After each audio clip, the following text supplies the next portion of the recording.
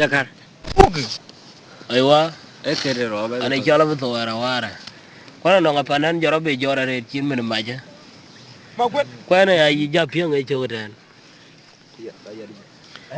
Rom ya juwa unubu ba jong toran dia.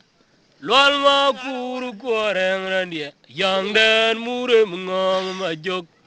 Ngegi ya jegru ro wa tiga debor. Kubeten ngang Deng dia na una diang nyekor uga toge chwe ma dwain dirgu debit ajo mariarwa koja ye la liaw tek dia ba chando go betak wa chende luyen kunene ke ton guma pam malawi landan julo unu bu jong toran dia ulwal ma kuru gore wale yang den mure ngong ma jok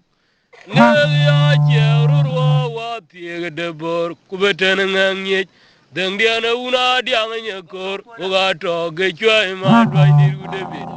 ajo mariarwa koja yi la liaw tek dia ba chando go betak kwa chende luyen undene ke ton nguma pang malo malo mariarwa koja yi la liaw tek dia ba chando go betak kwa chende luyen unene giton nguma pang malo ayang mabila yuge duok to kubila yubeto yayang nen ore unene kelon ya ngonga kura mugalanda majunga ngole kulon malwal kwal kaja gode we yo pelga jamre ye diar ngara wa yang diar mure mugala dudan je gobla yume yod be nyu jagalore ma gwenga pude ku gala mer ku mariara gwir diangonim kelonare muwa kuranto je tungerana waraka akumbai yena jeda chi biapi jam pe je tene yang diar ma bila juga dokto ku bila yubeto ya yang nen orerunde ne kelon yar nganga kura mugalanda majunga ngole kulana malwal kwal kaja gode we yok pal jamre ye diar angara wa yang diar mure mugala dudan je gobla yume yod be nyun jagalore ma gwenga bude ku gala mer ku mariara gwer adiango nim kelona rimwa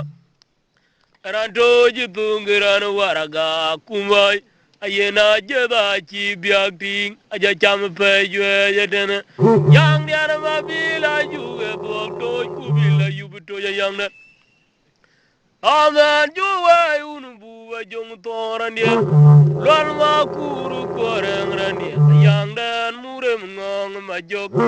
ngegi ya jerurwa wa tiege debor kubeten nganyech deng diana una diang nyekor uga toge chwa ma dwa niru debit ajong mariarwa koya yi la liaw tek dia ba chanda go betak kwa jende luyen unene giton nguma pang malo mariarwa koya yi la liaw tek dia ba chanda go betak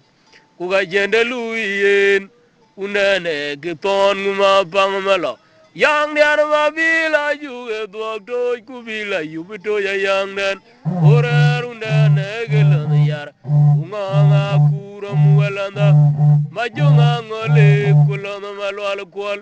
kaja gode we ya pal ga jamre je diar mangara wa yang dan mure mugala duda je kobla yume yod be nyun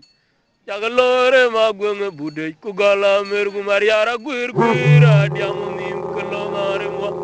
ameri de dola jim ana ke moy dalel chatum po ere urwar cha dawda adong ko ga jwe Ta denda. wana mor teruti ulonde opej